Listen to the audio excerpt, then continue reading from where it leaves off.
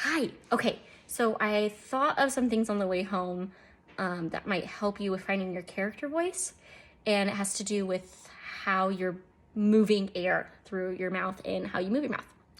So, with characters like Pinocchio and Gingy, they have a very nasally pointed voice and it sounds very forced. So, when you're doing that, you kind of like feel like this, and your tongue's kind of on the roof of your mouth, and if you were to do it and feel and think about and visualize where you're pushing your air when you do that, it kind of feels like you're pushing it up and through that little space between your tongue and the roof of your mouth, and like you're kind of forcing it out and through your cheeks. So it'd be like, they dragged me from my pond, right? It's like nasally.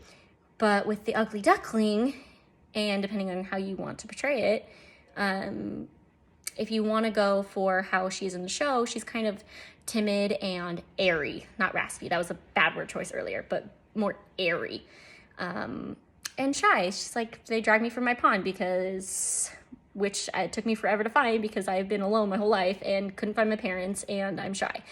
So if you're going for that, then kind of think of it like sighing. So if you were to sigh, you kind of just like let all your air come out. You're like, right? And your mouth kind of opens a little bit more, your tongue gets kind of a little bit down, and you're kind of filling up your whole space in your mouth with air.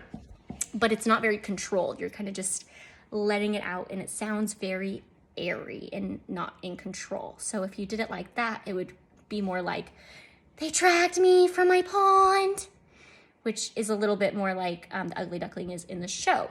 But if you wanted to try the operatic that Sandra was talking about, you kind of do the same thing, but you're going to control that breath a little bit more. You're going to open your mouth a little bit wider. You're going to make space in the back of your throat, kind of lifting your palate up, but still fill up your whole mouth and the whole space in the back of your throat with air. But you're kind of controlling how much you push out at any given time.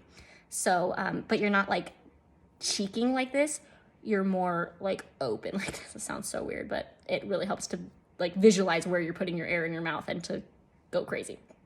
So if you want to do it more operatic, then it would be more like, they dragged me from my pond, like that. Yeah, so try those techniques. Try like sighing and then singing into the sigh, and just start really, when you're working on the character voices, feeling and visualizing where you're putting your air, where is your tongue, where are your cheeks, where's the roof of your mouth when you're doing it, what does it feel like? Because it's going to feel different for every type of character voice that you try, and you want it to be different.